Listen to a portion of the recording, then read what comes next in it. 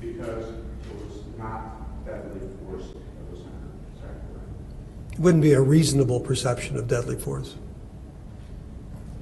And we're talking about reason. You keep using that word. What does reasonable mean? Well, if it's okay for a psychologist to quote the law, reasonable in Graham v. Connor is what a reasonable officer would do at the time of the incident. Now, I believe you also testified that after disabling a threat, that officers who are properly trained stopped using any type of force, much less deadly force. Is that correct? I think I'm having a little trouble with the form of your question. Okay. After the threat, any threat has entered, at that point in time, an officer is never authorized to use deadly force. Is that correct? Well, if I'm understanding the premise of your question, if the person is complying, an officer wouldn't be authorized to use any level of force, including deadly force. And how about if that person is running away from the police officer who's in the possession of deadly force? That wouldn't be authorized or justified either, would it? If the running away person has just punched the officer and there's no weapons involved, they're running away, there would be no justification for deadly force. And let me ask you another hypothetical about this. Let's say there's been an altercation and an individual police officer had pulled the trigger on a man's lane, rendering that person incapable of using one of his arms. Let's say his dominant arm. At that point in time, assuming he's unarmed, is there any reason to continue to fire shots? And you said, assuming they're unarmed. That's correct. No, there would be no reason to continue firing. Now, once again, assuming they're incorrect, assuming that that person is unarmed, would there be, and this happened in a confined space, would there be any reason for the officer to go out, let's say hypothetically, in a hallway and continue to fire shots? Again, just responding to your hypothetical, where there's no deadly threat posed at any time during this interaction, there would be no justification to go out in the hall and continue firing shots. Now, you indicated that you arrived at your opinion prior to interviewing Kai Chan. Is that correct? I think I arrived at an opinion that he perceived a deadly threat on the basis of the statements he made in that patrol car, and that was before I interviewed Mr. Chan. Okay. Well, I believe you indicated that his statements, you mentioned a couple of them, and you remember we talked along with Mr. Bay during a pre-trial interview before this, correct? I do remember, yes, sir. And isn't it true that during that pre-trial interview, you agreed that the defendant said there was a bomb in the building? Is that correct? Are you aware of that? I am. And correct me if my understanding is wrong, but you indicated that was a calculated decision to say by Mr. Chan. Is that correct? Yes. It was something he thought about, based on your opinion, and it's something he decided to say, correct? Correct. There were some other comments that were made that you didn't talk about, such as there were people in buildings. Well, first of all, it's dangerous in there. That was also said, is that correct? Yes. And was that a calculated, thought-out decision by the defendant, in your opinion, to say that? I'm a little concerned about the hearsay, but no, that's a different matter. He had a particular thing in mind when he talked about there continuing to be a threat in that building. You also said there were people with guns. I believe you mentioned the third floor. Do you remember that? I think I do. Was that a calculated, thought-out decision made by the defendant to say that? I don't believe so. I think the only calculated decision that I was aware of from my interview of Mr. Chan was intentionally saying that there was a bomb inside that he knew not to be true. Now,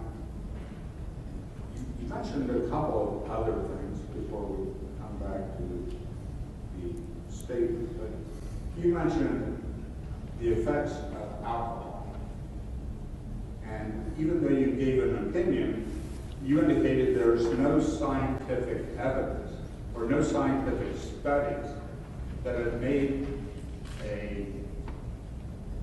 come to a conclusion about the effect of alcohol upon a trained law enforcement officer and his ability to perform. Correct? I'm not aware of any study that talks about officer-involved shootings and officers being under the influence of alcohol. Okay. So that was just your belief. That wasn't based upon anything scientific. Is that anything scientific? Is that anything scientific? Is that anything scientific? You said sometimes a person would turn because they heard a gunshot. Is that correct? Yes. Well, you would agree with me, would you not, that a .357 SIG round travels faster than the speed of sound? Is that correct? I don't know the answer to that.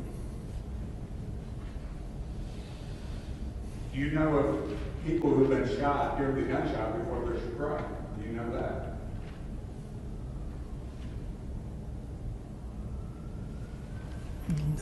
No, I don't know that. Now, in no case prior to this one in which you have been involved was a police officer consuming alcohol before he unfortunately had to pull the trigger. Is that correct? That is correct.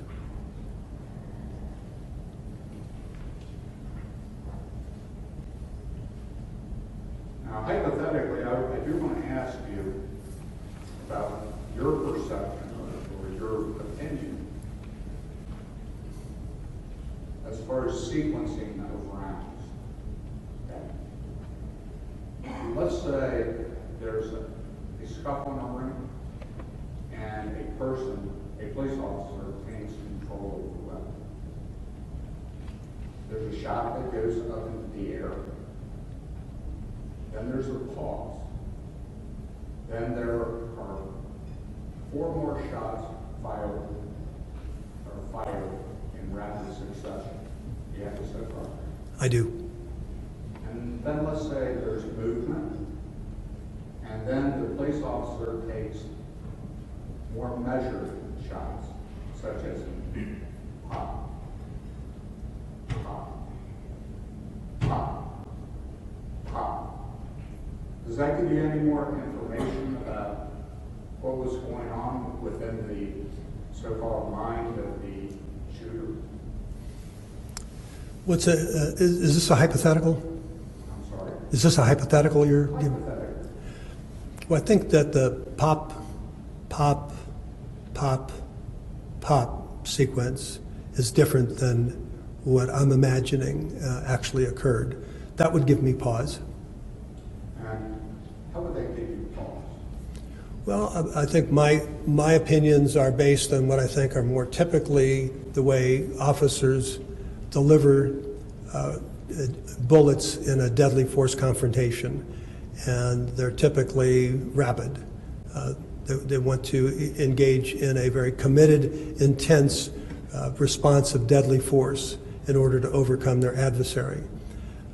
So I think if you're talking about a situation where this last round of 4 is much more methodical, that gives the officer way more time to be able to consider whether the threat continues to exist. So I would want to consider that with all of the other evidence, but it's different than what I had envisioned. And if you were aware of that, would you possibly change your opinion?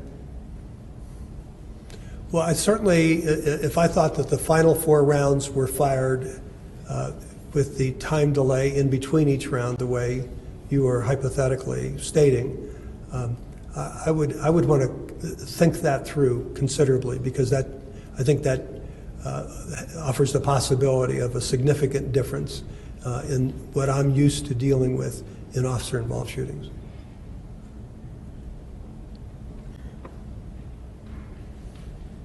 Now, you're familiar with police training. You keep up to date, is that correct? Well, I try to keep up to date to the degree that I think this specialty keeps me in touch with training methods. Okay. And based upon that training, do you know of any training anywhere that teaches the, I use the term spray and pray?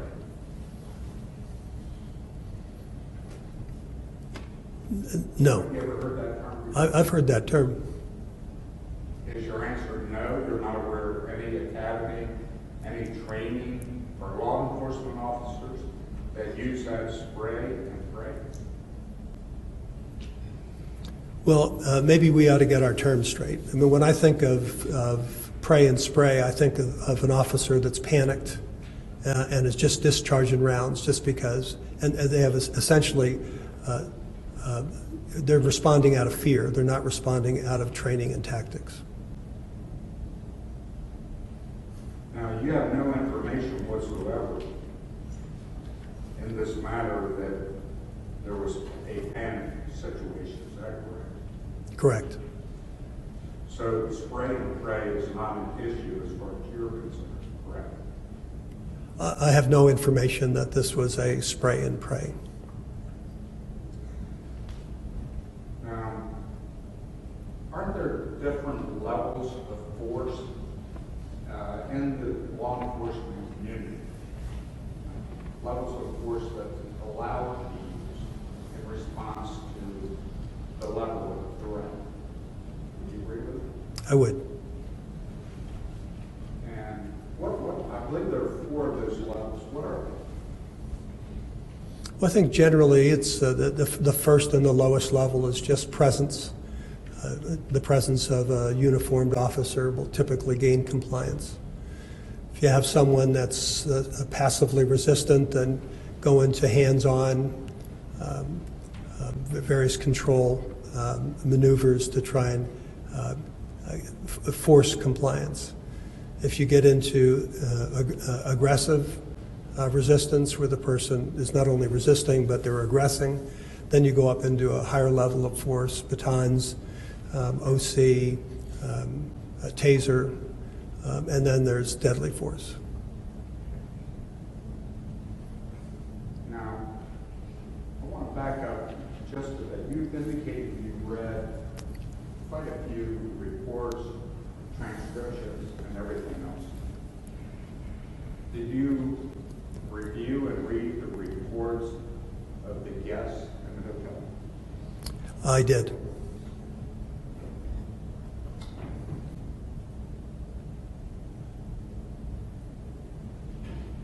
So in those reports, you had read that a couple of guests, at least maybe more, had indicated there was a shot, then a volley, and then more measured shots that they were going out home. Is that correct? I remember some saying there was a shot, single shot, then there was a volley, and then there were subsequent shots, but I don't recall the adjective measured.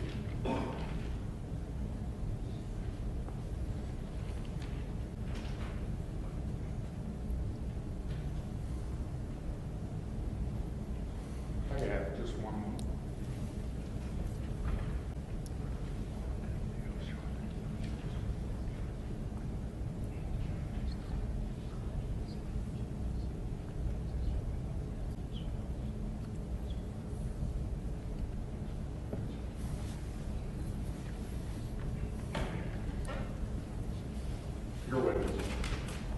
Thank you.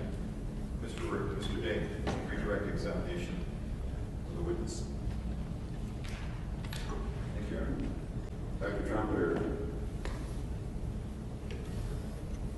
the hypotheticals that the lawyer for the district attorney's office was asking you involved a situation where there was no gun fired at the officer, no threat to kill the officer. In your measured opinion, is that similar to the situation that Tai Chan received at the hotel? Objection to the form of the question. It's a legitimate question. Go ahead. In other words, the hypothetical that the lawyer for the district attorney's office was posing was there was no gun fired at the officer, no threat to kill the officer. How does that relate to it?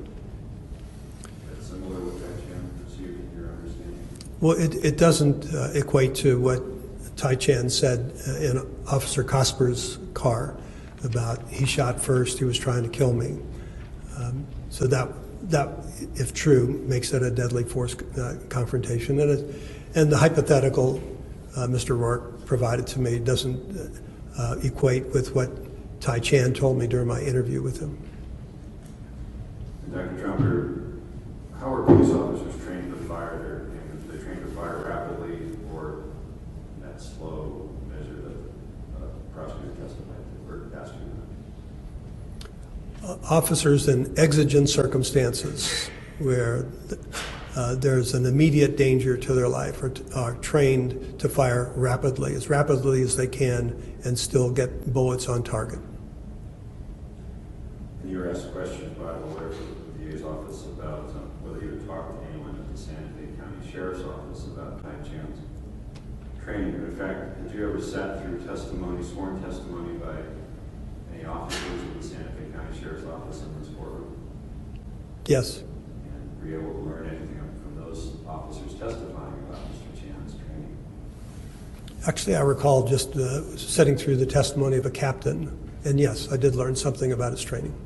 Was that helpful to you, or was that part of what you considered in coming to your opinions? Yeah, it was helpful to me in coming to my opinions. And Dr. Trumper, what is your understanding based on your involvement in this case and your review of the materials and the statements in the interview with Mr. Chan about whether Mr. Chan knew he had actually hit Jeremy Martin with any bullets that night in the hotel? Mr. Chan told me that he was not aware that any of his rounds had hit Deputy Martin. In your experience, are there times an officer involved shootings when the officer who was involved in that shooting has a flat effect? You mean after the shooting? After the shooting? Yes. Thank you very much. Thank you. Go ahead and proceed, Mr. Rourke. The defense attorney asked you a question, and you indicated your answer was based solely on the solely on your interview with the defendant. Is that correct? The question was there an awareness that Deputy Sheriff of the Santa Fe County Sheriff's Office, Jeremy Martin, was hit in the back several times? The only information I have about whether Deputy Chan perceived Deputy Martin being hit with Deputy Chan's bullets was from Deputy Chan's remarks to me during my interview. And the only information you have about whether the defendant knew or didn't know that Deputy Martin had been hit came from the defendant, I.J. That's an answer, Your Honor. Just ask that question. Go ahead and restate the question again so it's clear on the record. Thank you. The only,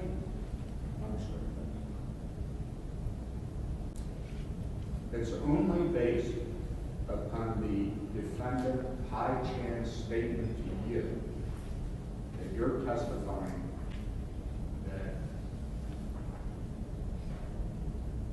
unaware that he had struck Deputy Sheriff Jeremy Martin in the back. Is that correct?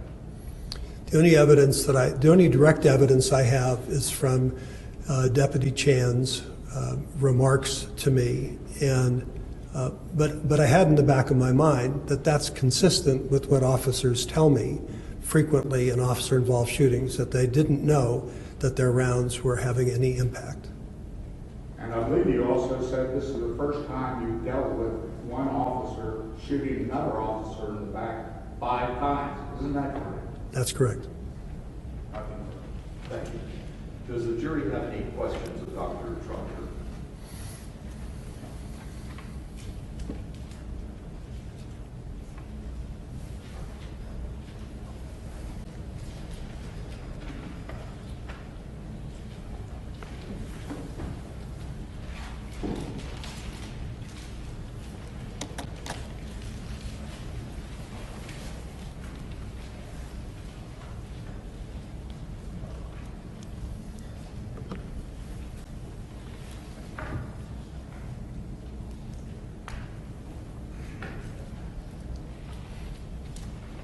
Mr. Burke and Mr. Day, please approach the bench.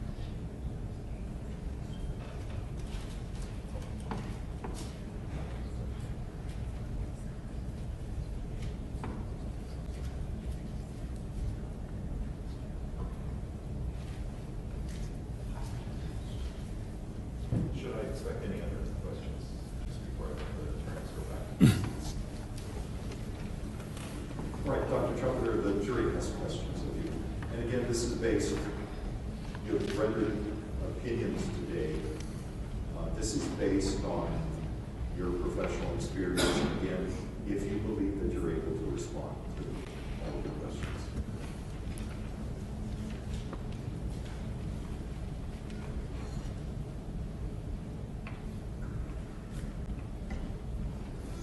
From your experience in your studies, if an officer has been punched in the face or assaulted in some manner,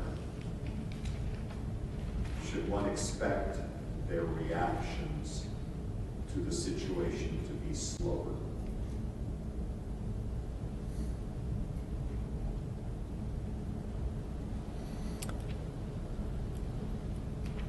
I don't really have an answer for that.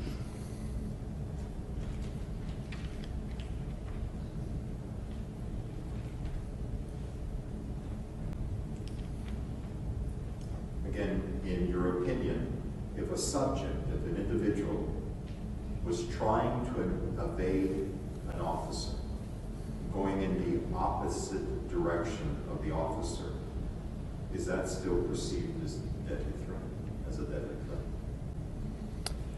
Well, I think there are circumstances where someone who is moving away from an officer can still pose a deadly threat, or can still reasonably be perceived as posing a deadly threat if there's reason to believe that the person's already demonstrated an intent to kill, may have other weapons available to them, so that if just running away is not necessarily indicative of the fact that a deadly threat doesn't exist. It would depend on some of these other circumstances.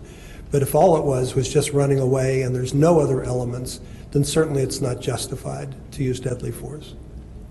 Right, again, and this is based on your opinion and whether you think that you can respond. Why then would someone, and I have to interpret that to be an officer, why would the officer continue to pursue that subject, that individual? If they're headed in a different direction, if they're running away from the officer, why would the officer feel the need to still pursue the subject? Is there an assumption in this question that the deadly force initially might have been justified, or? Well, based on as close to a hypothetical of what you have testified here today related to the understanding in this case, again, if that situation would have occurred, if there had been some kind of physical confrontation already, but one individual was, again, headed in the opposite direction, away from the officer, why would that officer or individual still pursue the other side? Well, obviously, correct me if I'm wrong here, but if you have to, I think, separate out whether or not an officer was justified initially in going to deadly force, and then you have to look at were they justified in continuing the use of deadly force. So for argument's sake, if there was some justification for initiating deadly force, then and the officer believed reasonably that the person posed a deadly threat to them, they will continue to fire until they perceive that that threat no longer exists. And because these situations occur in just a matter of seconds, and because of the stop reaction time I talked about, officers will pursue people and continue to deliver deadly responses until they perceive that the threat no longer exists, and that could include the subject running away from them.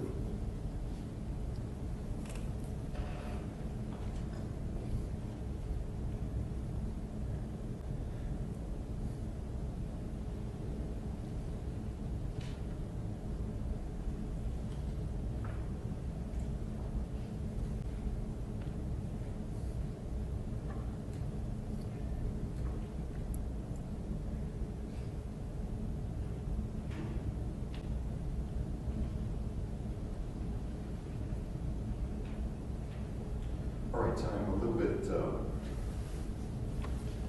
I'm not sure if I'm going to interpret this question properly, but in your opinion, did the defendant here, Mr. Chen, show discipline in not firing his final 5 rounds, even though, well, it reads, even though he had not hit Mr. Martin. It may be, even if he didn't know that he had hit Mr. Martin, did he show restraint in not firing the 5 rounds that were still found within the weapon?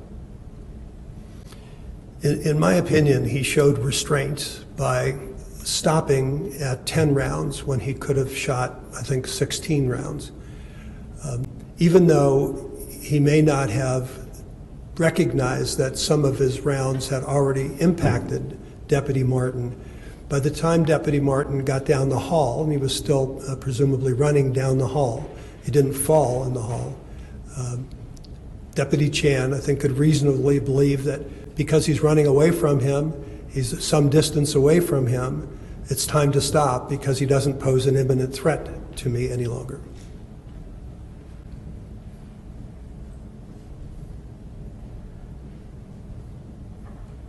From your experience in all the interviews that you spoke about, or the assessment of other occasions when officers have discharged weapons, in your opinion, do officers discharging weapons at a fleeing suspect show more restraint when being observed by bystanders?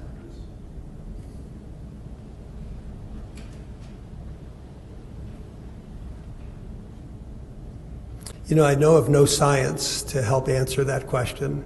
And by all of the videos all of us are seeing on TV, it doesn't seem to make any difference that their actions are being videotaped.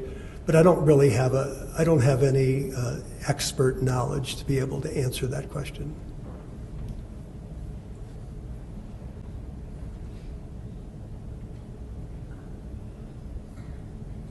Let's see, in essence, the question is asking, did you have an opportunity to review or listen to the 2 audios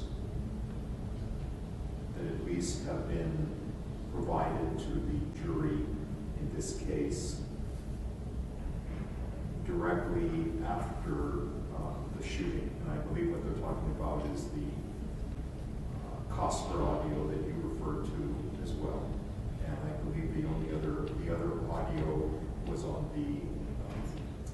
from the audio recording related to Sergeant Froese. Did you have an opportunity to listen to both of those before giving any opinions today?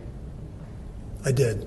I listened to both of them. I assume Sergeant Froetz's audio is the one where he's directing action and taking Deputy Chan into custody in the stairwell. Yes, I listened to both of them. So the actual question is whether you listened to the audios and didn't just read the transcripts in terms of any opinions that you were rendering here this afternoon. I both listened to the audios and I read the transcripts both.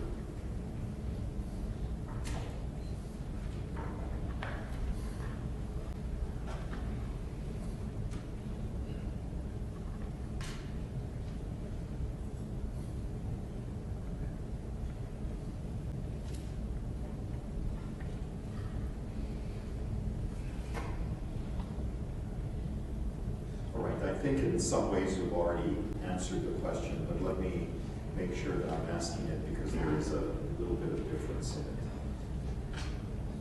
it. If Mr. Chan, as you have indicated your understanding, if he had been in fear of his life because of the confrontation that occurred with Mr. Martin, and if he was in what is described in the question as in police mode,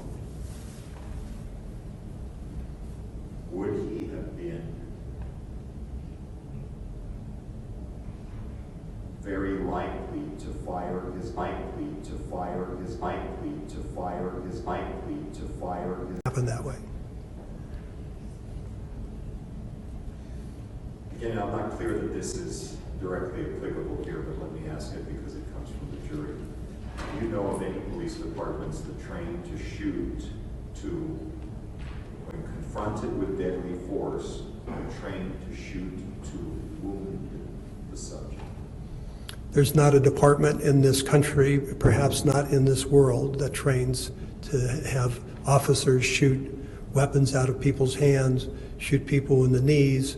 They're trained to shoot at center mass, which is the largest target.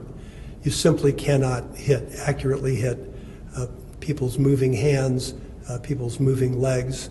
Officers have enough trouble shooting center mass because the accuracy, the hit rate for officers in deadly force confrontations is surprisingly low.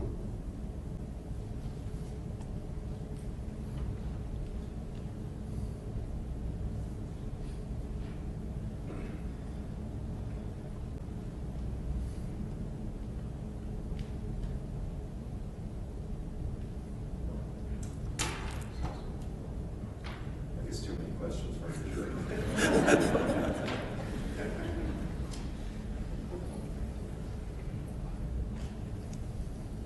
If an officer perceives a deadly situation and they shoot, would they not continue?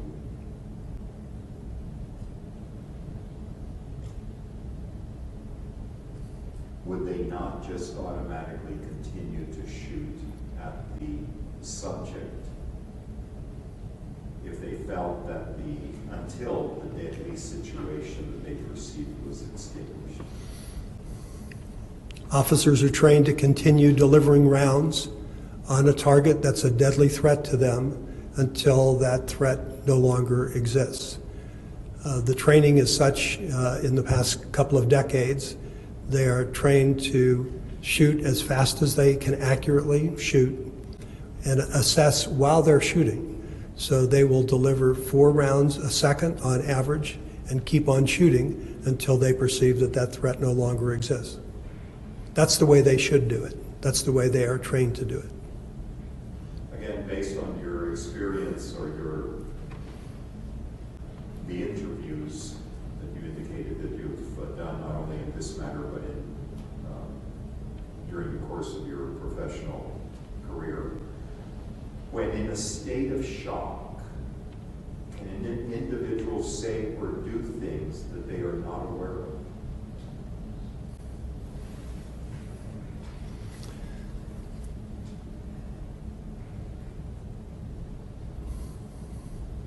You know, when officers get in deadly force situations, some of them maybe get in shock, but most don't get in shock. Most have a chemical reaction, an adrenaline response, an arousal response. I mean, they're hyped up.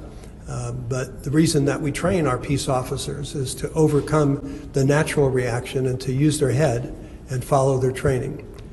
I'm sorry, but I forgot the last part of that question. Basically, when in a state of shock, if an officer or in a state of shock or an individual, well, no, in this case, we would have to. I remember. An officer. Would they have a tendency to say things or do things that they are unaware of?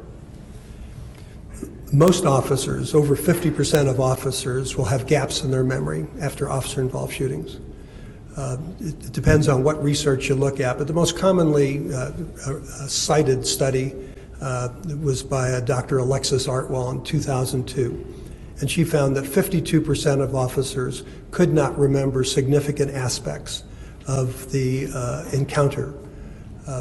So that doesn't really directly answer the question about were they in shock, but any officers involved in shootings are going to have a heightened emotional, physical reaction to it, and over half of them, about half of them, don't remember important things that happened, even things that were very salient, and you would think witnesses see it, but officers get what's called tunnel vision, or we call inattentional blindness, where they'll look at the things that are most critical to their survival. So if you had somebody off to the side that witnesses are describing dressed in a Pistol Pete outfit, and the officer said, "I never saw a Pistol Pete," that he wouldn't be able to remember, he or she wouldn't be able to remember seeing Pistol Pete off to the side.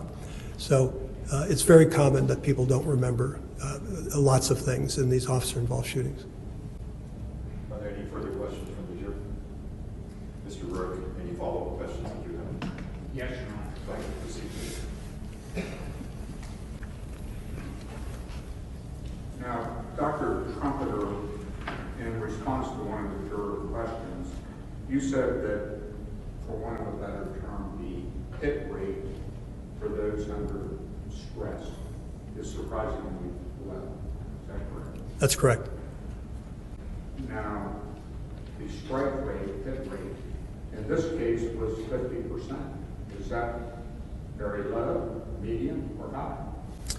Well, the range in the literature that I've reviewed is a low of down in the 28% to a high of 64%. So 50% would be in the middle of that range. Now, you further, in response to the juror's question and in follow-up to that question, I believe you indicated that the individual trained officer would shoot until the threat was no longer there. Is that correct? Yes. And that's based upon the officer's perception. Right? Right. Now, you further testified that, well, first off, are you aware that there were only 15 rounds that were in Deputy Chan's weapon, not 16? I guess I assume 16. Now, he could have stopped firing other than showing restraint by, let's say, you're familiar with this crime scene, right? Somewhat. Let's see if Jeremy Martin was able to get in the elevator. That would be another reason why he wouldn't fire those 5 shots. Is that correct? I'm not understanding your question. Would there be any threat to him if Jeremy Martin had made it onto one of those elevators? Would the threat have stopped at that point? It would have stopped. And that would be another reason why there would still be 5 rounds left. Is that correct? Can I respond with what Deputy Chan told me? That counters that. That okay, okay. Could you repeat the question then, please? You said there were 5 rounds that were left in the safe 357, correct? Yes. The question was asked, did that show restraint? Juror's question, good question. And you said yes. Other than showing restraint then, let's hypothetically say Jeremy Martin made it onto the elevator. Would that be another reason not to expend those last 5 rounds? Well, sure, because then he'd just be firing into elevator doors. Now, you read the reports, is that correct? The Yeah. reports that were provided to you. I did. And do you recall, and this is a follow-up to another one of the jurors' questions, did you hear or read within one of the reports the words, "Now get the fuck out of here"? I did. Now, as you indicated, you felt, or your belief was that Todd Chan was in police mode, is that correct? Yes. Do those words, "Now get the fuck out of here," alter your opinion at all that Todd Chan was in police mode? Not particularly. Now, I believe I'll let it go. Thank you. All right, Mr. Day, are there any additional questions? Thank you, and just briefly, Dr. Trumper, in response to one of the juror questions, actually several, about the continuing nature of the threat, was it your testimony earlier that Tai Chan told you something about observing Jeremy Martin's holdout gun, his small 9mm holdout gun. Yes, Was that, in your estimation, did that figure into Tai Chan's belief that there was possibly a threat by an armed individual? yes. In what sense? Well, there were still 2 other guns that were in that room, and Ta-Chan was only aware of one of the guns. There were still 2 outstanding. And Dr. Trumper's response to your question about perception of threat was a statement made by Tai Chan in the police car. He shot at me, he tried to kill me, he tried to kill me. Did you understand that to be related to Jeremy Martin? Tai Chan's belief that Jeremy Martin had shot at him and tried to kill him? Yes. Thank you. Mr. Daymane, Dr. Trumper, excuse me. Yes, sir. Mr. Burger. Yes, sorry. Dr. Trumper, thank you very much for your Thank you, Ron. testimony. Always a You pleasure. have no further responsibilities for your trial. Thank Thank you again. So, let me answer this, Mr. Clark and Mr. D'Antonio or Mr. Burke, whoever you want to assign. I want to have a little bit of a brief discussion as to where we might go at this point. Yes. So whoever wants to address that, please.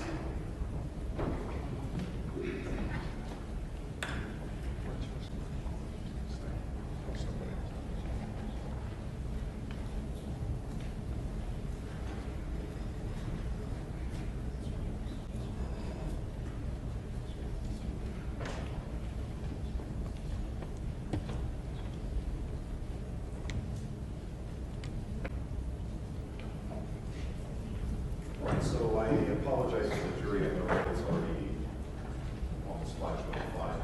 We're going to take a very short recess. We're going to come back and we're going to complete one other witness that won't be that long. But we need to make a transition to that witness. So please accompany Mr. Alvarez. We'll take a very short break. Mr. Alvarez, if you're able to accommodate the other facilities. All right.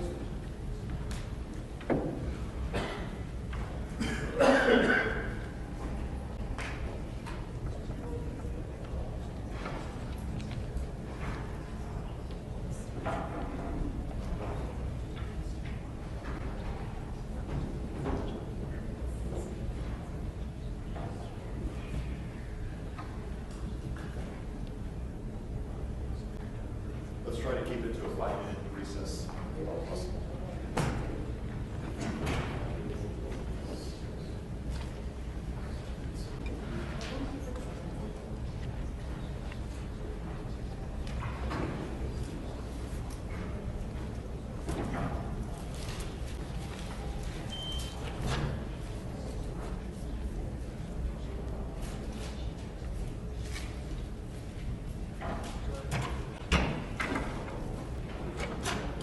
All rise.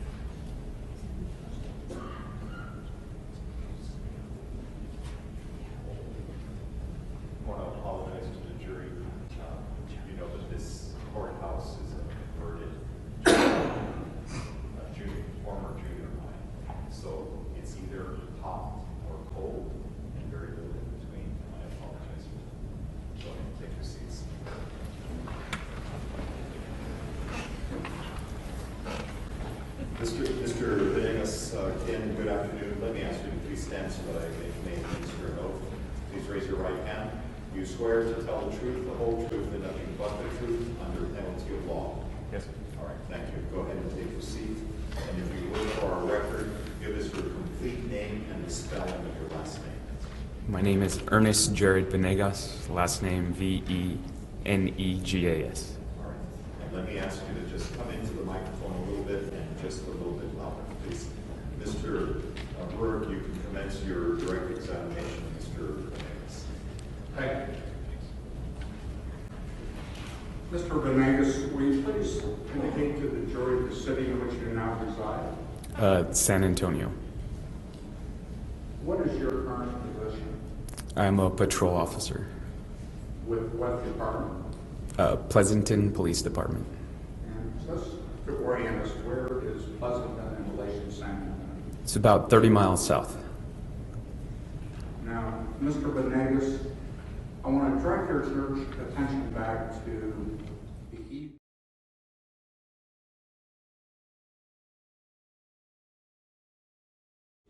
Yes, sir. And did you have a job here in Las Cruces? Yes, I did. And what was that place? The place was Dublin Street Pub. And what was your position with them? I was a bartender. Now, for what like the time prior to October the 27th of 2014 that you worked at Dublin's? Approximately 4 years or so. Again, Mr. Venegas, just a little bit louder. And although the attorneys are behind the podium asking you the question, try as much as possible to testify to the jury so that you're centering yourself, please. Yes, sir. Go ahead, Mr. Berger. Thank you. Thank you, sir. Mr. Venegas, in very brief terms, would you describe the interior of Dublin's? Sure, when you walk in, there's a wall. You either go right, which is up a ramp to the bar area. If you go left, it's down to the restaurant. The bar area is a couple steps above. In which area were you working on that particular night? I was at the bar, in the bar area. Now, I want to direct your attention to approximately 8 o'clock, give or take, on the evening of October the 27th. Were you working as a bartender in that establishment? Yes, sir. Do you recall if a group of persons entered, could have been 4 males and a female, or a group of people? Yes. Was that a busy night, or would you say it was a slow night? It was relatively slow. Now, do you recall whether all of them came in together, or did they come in at separate times? The 4 males came in together, and then the female came in a little bit later. Now, prior to October the 27th of 2014, did you know any of that group that came in? No, I didn't. Now, since October the 27th of 2014, do you know the names of and the appearances of 2 of those individuals? Yes, I do. And how did you find that out? Were you shown photographs, see news reports, or? I think it was news reports. I can't exactly recall if I was shown pictures at the police department. Now, what names do you now know? Tai Chan and Jeremy Martin. Now, upon their arrival with 2 other gentlemen, and to this day, you don't know the 2 others' names, is that correct? That's correct, I do not. Upon their arrival, do you know where they sat within the bar area or the restaurant? Yeah, they sat at an island right next to the bar. So it was a table that's 3 feet away, approximately. Now, on that particular night, do you recall serving the individuals? Yes, I did. Now, do you recall, I know this was difficult going back this length of time, but do you recall who was drinking what type of alcohol? No, I don't. Now, do you recall a time when you observed what I guess could be considered to be an argument? Yes. When did you first observe the argument? I can't exactly say when it was. It was someone that pointed it out to me. Where were the two individuals when it was pointed out to you? They were standing at the bar. Did you take any action or approach them or do anything else at the time? Yeah, I observed them for a minute. It seemed to get a little worse, so I went up to them and got in between them. I asked them to not argue in the establishment, or I'd have to ask them to leave. What happened after you approached them and told them? They were both very polite. They said, "We're friends, we're fine." Now, you indicated they were drinking alcohol that night, both of them, is that correct? Correct. Do you recall how much each one of those people, I mean, specifically Kai Chan and Jeremy Martin had to drink? I couldn't tell you exactly how many. Were there the two others seated at the table also consuming alcoholic beverages? Yes, they were. Now, the first time you said you intervened, you said something to them, it was all over, is that correct? I couldn't hear the end, I'm sorry. I didn't hear that. Please, a little bit louder. Both of you, please. Okay, thank you. I'm sorry, I'll pull the microphone closer. Now, you had testified that there seemed to be an argument let's talk about the first occasion. Could you tell what the argument was about? No, I can't. But when you said something to them, everybody calmed down at that time? Correct. Now, do you know whether or not one or both of them continued to drink alcohol? I believe they both did. Now, do you know if they sat back down at the table with the rest of the group? Yeah. And without, being totally specific, do you recall for what length of time they were just sitting at the table? No, I don't recall. Now, did there come a time when you observed any additional, let's say, altercation or argument between the two of them? I did at the very end of the night when they were cashing out. Okay. And do you recall approximately what time they cashed out? No, I don't. I have a couple of exhibits I'll show you later when we come back to that. Now, could you tell what the argument was about at that time? No, I don't know.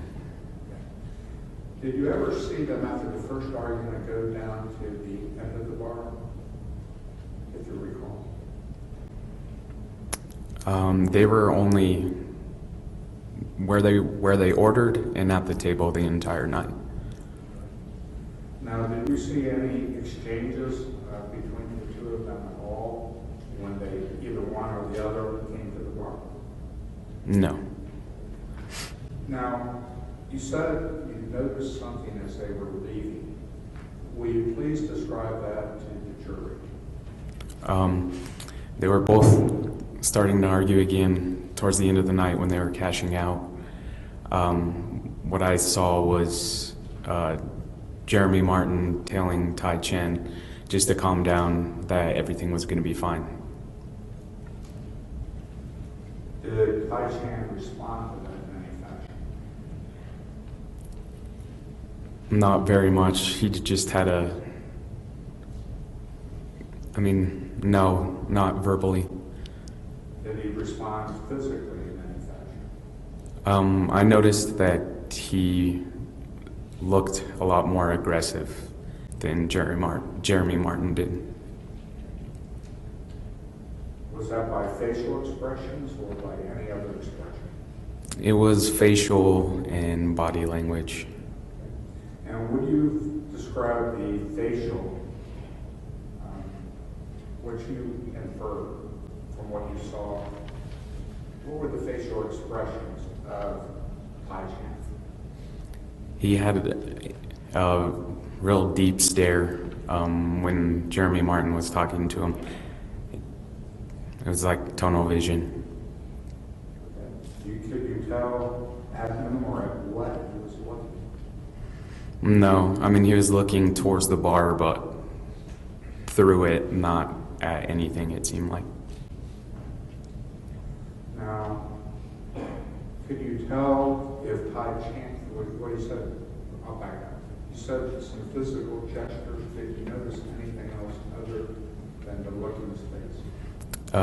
Yeah, more of like clenched fists, just seemed frustrated.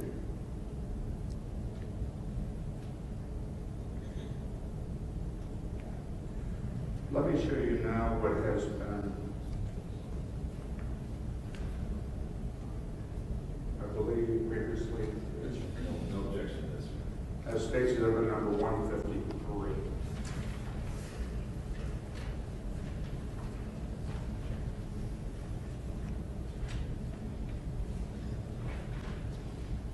Since it's without objection, the court will admit into evidence states exhibit. Now, sir, do you recall what this is, or can you tell us what this is? It looks like a receipt. And can you tell if this was for the group of people that you waited upon that night? I believe it was. Now, in here, there were several different types of drinks, is that correct? Yes. Okay. What is well vodka? That's just the cheapest vodka that our bar carries. And what is Red Bull? Red Bull, it's a energy drink. And there are several well vodkas and Red Bulls. Is that a common order that you receive? I'm sorry, is that a common what? Type of order, I'm sorry. Yes, it is. And do people often mix the two together? Yes. Now, if you recall, who paid for this? Tai Chen. And it was done by credit card, is that correct? Correct, debit or credit card. Now,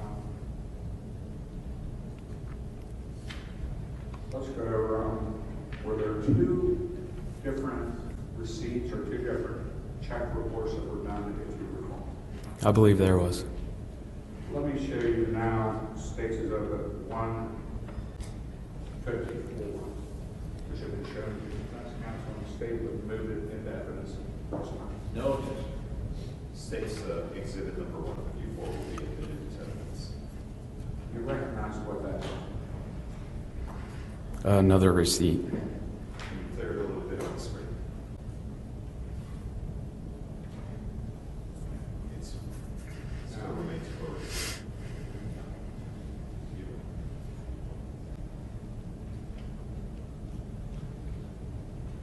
Is that better? Thank you. Or, no, okay, there it is.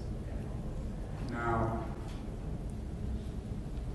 what time was this receipt owed? At 9:05. Was that in the evening? Yes, it was. And what time was it closed? 11:40. Now, this has like fireballs on it. What's a fireball? It's a cinnamon flavored whiskey. Now, do you recall, based upon reviewing the two, which was the last bar tab closed, or were they about the same time? If you would. I don't exactly remember. Okay. Let's go back to the state exhibit number 153.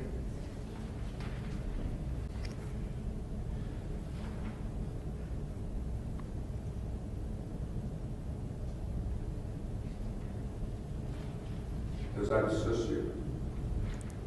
Yeah, there was a little time in between.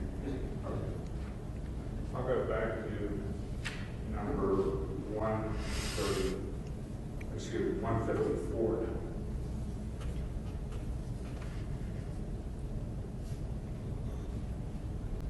And are you able to tell what time that was closed? No. How about that? Does that help? Yeah, it was closed at 11:40. Now, this one, it noticed that there were a couple of declines. What does that tell you? It just means the card that I ran either didn't go through for some reason. And can you tell who in fact paid for that particular tab? I can't. Now, to the best of your knowledge, would both of these exhibits accurately reflect the drinks that were served to all of the individuals at the table, if you recall? Correct. Now, do you recall whether or not you received any orders for water that night at all? No. Now,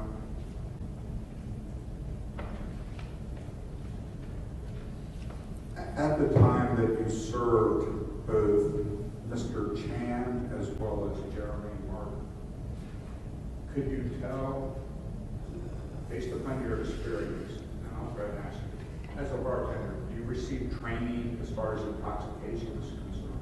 Yes, we do. Now, at the time, anytime during the course of the evening or at the end of the evening, did either one of them appear to be intoxicated to you? I mean, they were drinking alcohol, but they didn't appear intoxicated, no.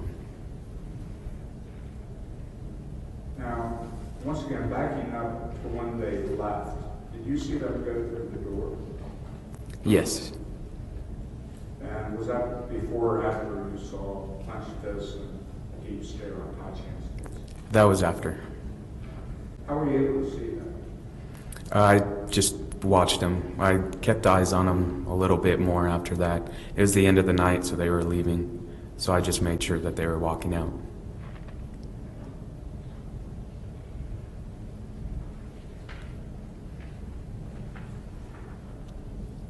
I don't believe I have any further questions at this time. All right, thank you, Mr. Burke. Mr. Day, cross-examination of Mr. Venegas. Thank you, Your Honor.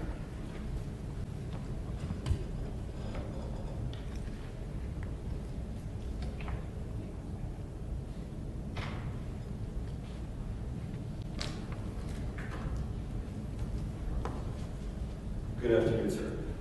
How you doing? We've talked before, haven't we? Yes, sir. In the same courtroom, right? Correct. Mr. Venegas, you are now a police officer Correct. in Texas. Correct. The last time we talked, you were actually in the academy trying to become a police officer, right? That is correct.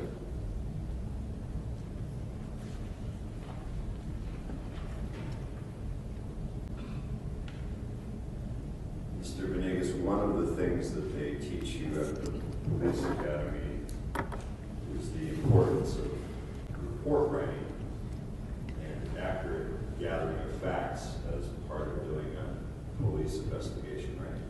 That's correct. And they teach you that because it's important. And you've learned that it's important to get statements from witnesses, for example, right after an incident, because the closer in time you get the statement, the more accurate it's going to be, right? Objection, Your Honor. What's the objection? Let me ask that question, Mr. Day. Based on the rules of evidence, but Based on the rules of evidence, it's irrelevant. He's asking about his current training, not back in 2014. sustained. Well, Your Honor, Mr. Then approach the bench. Thank you.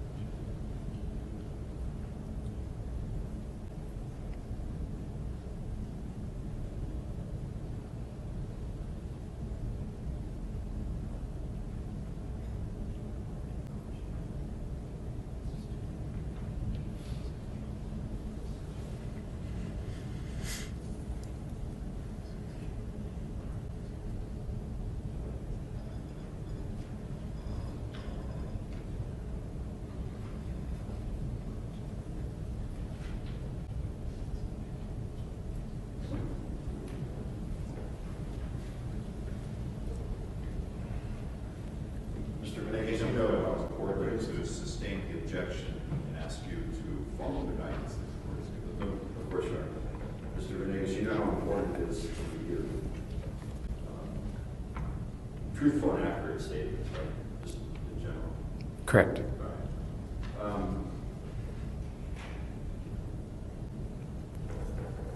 And you, Mr. Venegas, were working at that bar that night, and you, a couple nights after that, you were asked to give a written statement to your boss at the bar, right, about what you had observed. Correct. And when you did that, you wanted to be as accurate as possible, right?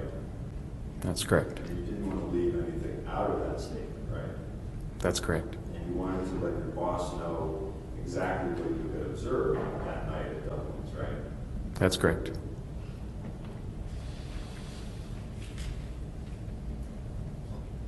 So when you wrote out that statement, you wanted to make sure you didn't leave out any important facts, right?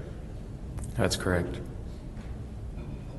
All right, and you saw that night, you saw people drinking, as you told us here today. 4 men showed up, and then they were joined by a woman, right? Correct. And they were having a round, and then they had some more rounds of drinks after that, right? Correct. And then someone came across the bar and told you that there were a couple of guys who you said were arguing, is that right? That is correct. And you went over and you checked it out, correct? Yes. And you observed that the 2 men were taking what you thought was a higher tone than normal, right? Yes. And you called it a little higher tone than normal, right? That's correct. And you thought it was very minor, right? Correct. And you went over and you got between the 2 and you told them to quiet down or you were going to have to ask them to leave the bar, right? That's correct. And they very politely apologized to you. Correct. And they actually shook hands with each other, right? Right. And then they went back to the table and they finished their drinks, right? Correct. And then the tab was closed out by the person you now know as Jeremy Martin, right? Right. And then after that, you went back to the table and they stayed there, correct? I believe so. And you told us earlier that you were pouring some shots for the folks at the table, right, where those 2 men were with the total of 5 people there, right? Yes. And you weren't going over there to see who was drinking what. You didn't have to know that, right? I do have to keep tabs on who's drinking and who's not. You have to know who's drinking, but you didn't know which drinks belonged to which person, right? I mean, yeah, I did because they could only have 2 drinks in front of them by state law. So, I mean, yeah, I mean, we have to pay attention on the drinks in front of them. Right, but you don't know. You said you were pouring some shots of, what was it, Fireball, which is a cinnamon flavored whiskey? Correct. And you poured 2-ounce shots or 1-ounce shots? 1 ounce. You don't know exactly what the combination of drinks was. You can't tell us who was drinking which one, right? That's correct.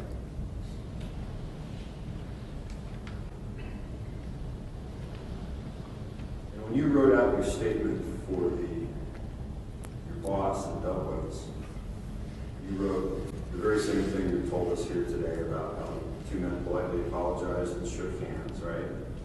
Correct. And then they had one more round and closed out, Jeremy Martin closed out the tab, right? Correct. And then when they decided to leave, Jeremy Martin came to the bar to close out the tab on your Ty Chan's card, right? I believe so. And as they were signing the receipt, Jeremy was telling Ty to calm down, and he said, calm down, let's just go back to the hotel, and they walked out, and that's the last you saw of them, right? That's correct.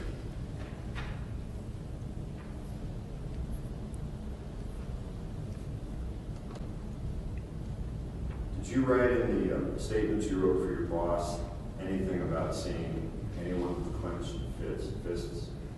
No, I did not. And did you write anywhere in your statement for your boss anything about seeing anyone with a deep stare? No, I did not. Did you write anywhere in the statement for your boss anything about seeing Tai Chan, any kind of body language or anything like that? No, I didn't.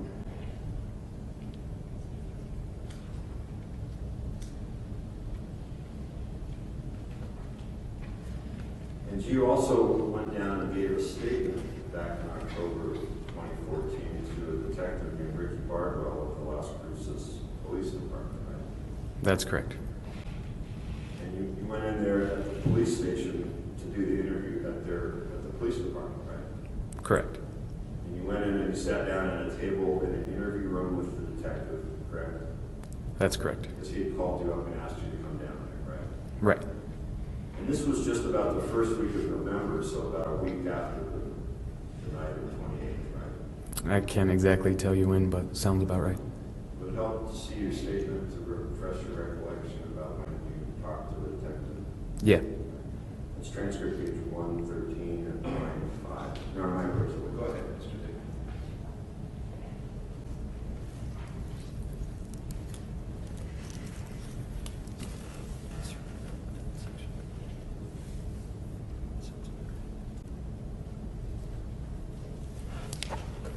Okay, Mr. Venegas, now that you've had a chance to read your statement, does that refresh your recollection about when that interview with Detective Bardwell could have been?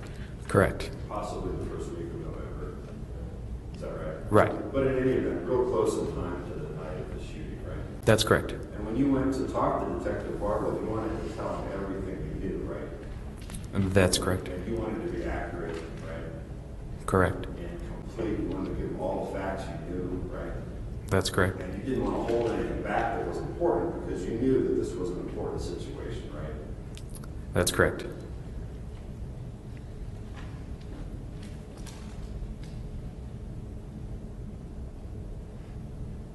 And when you were talking to Detective Bardwell, he was asking you about that night, and you described the argument that you saw between Tai Chan and Jeremy Martin as minor as one you might have with your mother. Remember describing it that way? Correct. And you told the detective it wasn't even loud enough for you to hear. Someone else had to point out to you that the two men were having a disagreement at the bar, right? Correct. And you said to the detective it was nothing out of the ordinary. There was just a little argument as friends or something like that, right? Correct. And you also told Detective Bardwell when you went over to them, they were really, really respectful, and they said, "We apologize," right? That's correct. And they shook hands. Correct. And they talked a little bit, and they continued to have fun, in your words. Correct.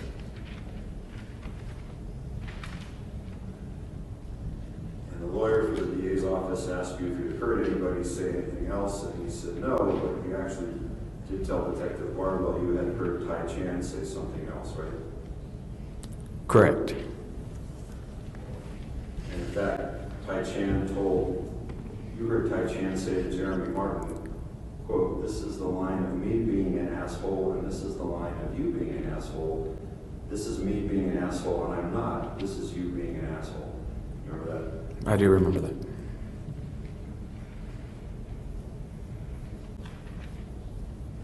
And you didn't hear anything else after that, right? No, I did not. And at that point, you told the detective they were still friendly and everything was friendly. Right? Correct. And you told the detective, Ricky Bardwell, when these Tai Chan and Jeremy Martin were leaving, it was another little minor argument that they were heading out the door, right? That's correct. And you said everybody was smiling, and that's something you watch for because as people are leaving, you're trained to say, "Hey, are they okay? Do we have to watch for that?" So that's one reason you were paying attention, right? That's correct. And you didn't notice anything unusual at that point, did you? I mean, other than their argument, Right, but you said they were smiling.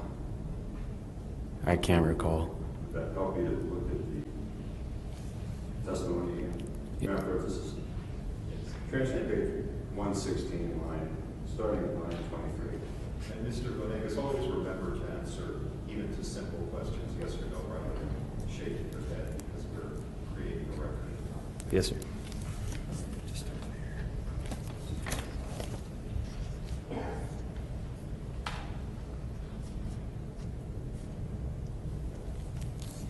Now that you've had a chance to look at your testimony, do you remember telling that to the detective in your statement to him? That's correct.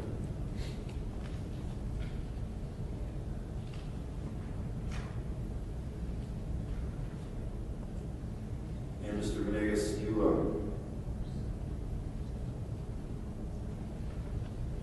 when you told the detective about what you heard Tai Chan say to Jeremy Martin about this is the line of me being an asshole and you being an asshole and I'm not an asshole, That was word for word what you heard her say, right? Correct.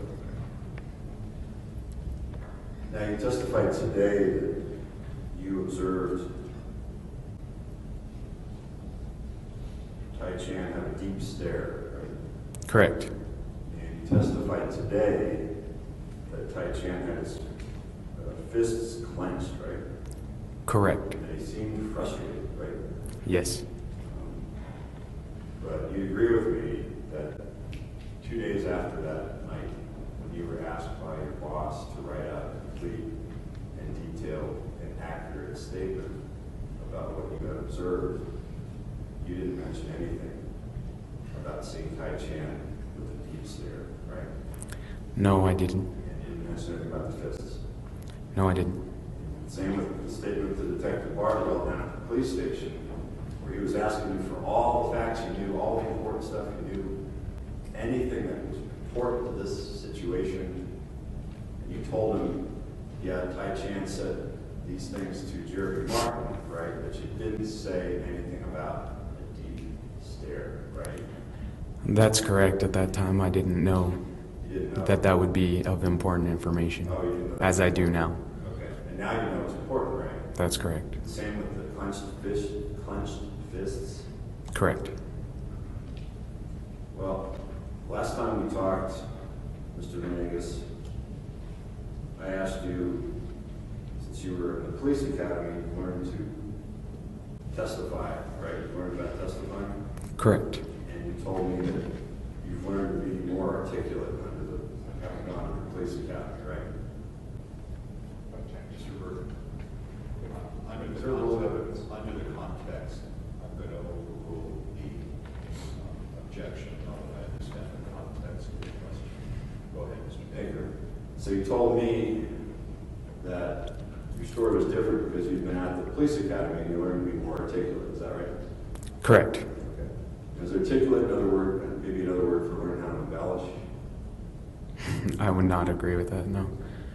But you would agree that after your time at the police academy, your story changed. No.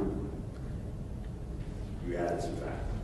I mean, it didn't change. It was the same. But yes, I did add more important information that at that time I didn't know was important. Even though your boss said, write out what happened, right? And even though Gracie Bardwell said, tell me what happened. Objections, arguments. Sustained. So your story today is that the police academy you learned how to be more articulate. That's correct. Pass the witness. Thank you. Mr. Burke, do you have any additional redirect examination of the witness? No, Your Honor, I would ask you. I'm sorry. Does the jury have any questions of Mr. Venegas? May Mr. Venegas be excused? Yes, Your Honor, we so request. Mr. Day? Yes, Your Honor. Mr. Venegas, thank you for your testimony today. You have no further responsibilities to the trial. Thank you very much. Thank you. We're going to be in recess until 8:15. Excuse me. I know that some of you drive in a distance. Is 8:15 all right, or prefer to have 8:30? All right. Then I'll see you at 8:15 tomorrow. Thank you. All rise.